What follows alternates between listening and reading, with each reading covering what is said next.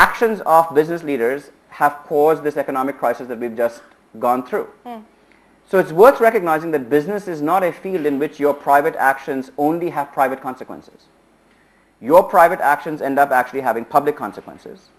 So having some consciousness of what is the responsibility that you're willing to sign up to, whether you actually sign an oath or not, I don't care.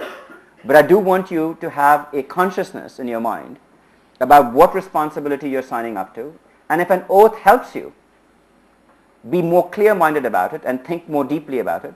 And as you said, serve as a reminder on an ongoing basis. I think it can be a useful device. It's like we all take a marriage vow. That doesn't guarantee that people act exactly in the same way as their marriage vows. Right? But imagine marriages without marriage vows. That would not be a good thing, because at least there are some moments in life when it's useful to ask yourself, what is in some ways the principle by which I'm going to act in my life? So you're creating rules, you're creating boundaries, you're in that sense sort of implicitly... You're at least creating a conscience. Yeah. Since we're talking about a crisis of business leadership, what about the crisis in business education? Anand Mahindra says that you have an Obama-esque task ahead of you. So how tough is it really going to be for you to actually review things within Harvard Business School, for instance, and what sort of changes would you like to drive? I know you want to drive them gradually, but what sort of changes would you like to drive? So we stand at a moment in which business education has to regain society's trust that we're educating leaders who have both the competence and the character to be good stewards of society's interest in greater prosperity. This is happening simultaneously as the world is getting more global. This is happening simultaneously as the problems that we have in society are no longer problems that sit neatly in either the private sphere or the public sphere or the NGO sphere. So work is becoming much more spread across institutional domains. It's happening as innovation is becoming more and more important in every sphere of activity, so that no single leader or no single person has a monopoly on intellectual capital.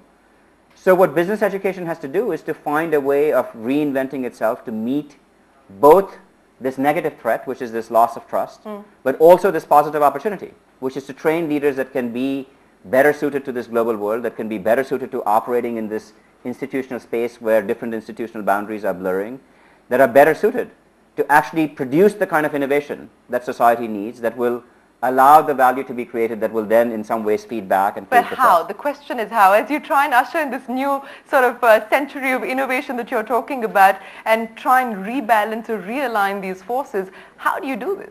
So I mean, there's a lot of innovation that's occurring across business schools, not just ours, but if you look across the landscape, right now in the last 5 or 6 years, every major business school in the United States has been trying in various ways to revamp its curriculum. Yeah. So Yale, for example, said, maybe one of the things that we have to do is to create a more integrated curriculum in which we encourage people to think about constituencies that they have to manage rather than the traditional functional disciplines. Sure.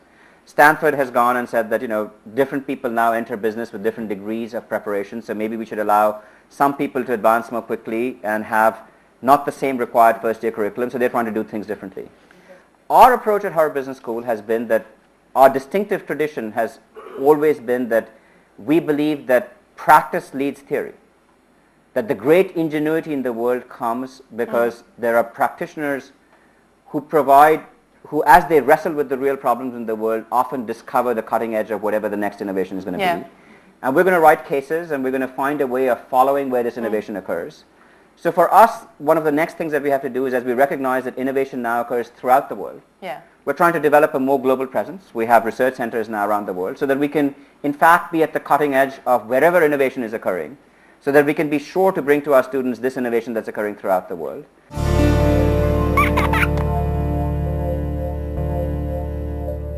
Okay, there's a question here. I don't have the name, but somebody who wanted to know why we have very few women who make it to the top of the corporate ladder. Can you stand up if you...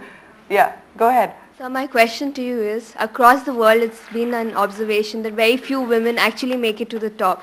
So I would like to know why, what's the reason? Is it that they lack leadership or their leadership style is not appreciated across?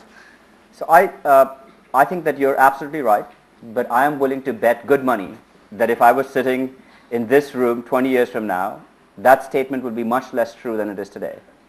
And I think the biggest reason why women have historically not enjoyed as many positions of power in business is because actually their participation in higher education was very limited.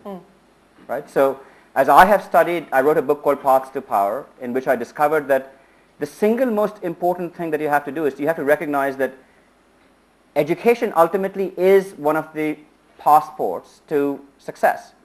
And the more we can get women a part of the educational system, the more likely they are over time to be successful.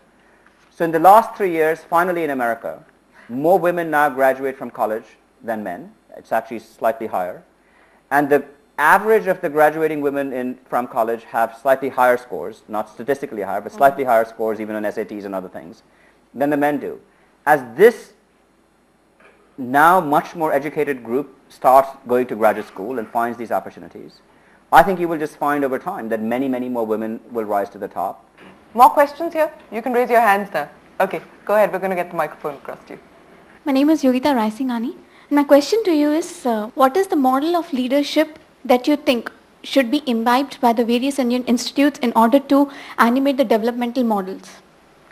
So I don't think that there is one model of management or leadership. In fact, it's a sphere in which part of what allows this ecology to be effective is that we have competing models, we have different definitions.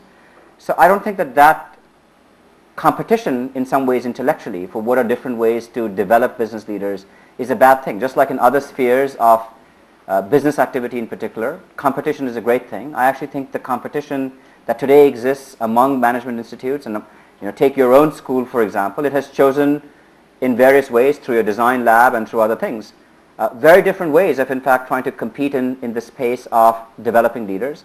I actually think that this kind of competition where people try different approaches, different ways of developing different kinds of leaders is a very healthy thing. I'm going to ask you about Indian companies and Indian business leaders that you respect and admire. I admire actually many Indian business leaders. Come on. But I'll give you a specific example. Yeah. I'll give you a specific example. So one of the people who I think is a remarkable leader whom I've had the privilege of getting to know is Mr. Ratan Tata.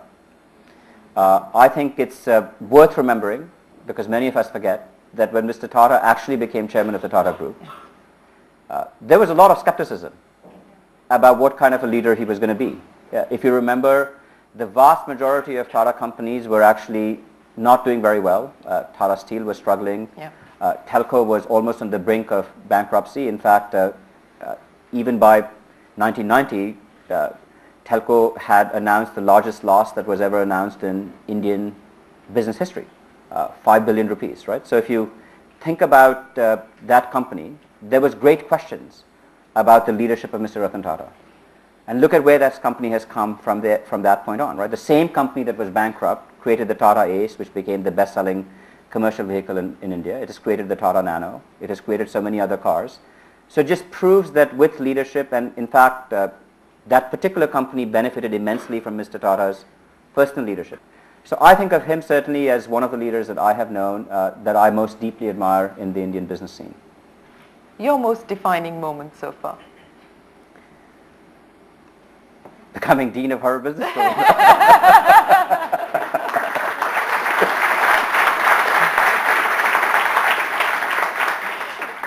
All right, so that's a good note to end this conversation on. Nitin Nohria, it's been a pleasure speaking with you. Many thanks for joining us here for this very special occasion. Thank you so much. Thank you, sir.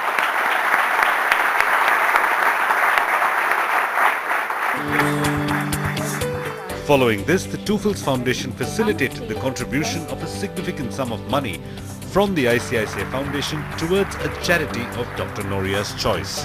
This was followed by a quick vote of thanks to all the partners involved: We School, the National Human Resource Development Network, and events partner Big Life.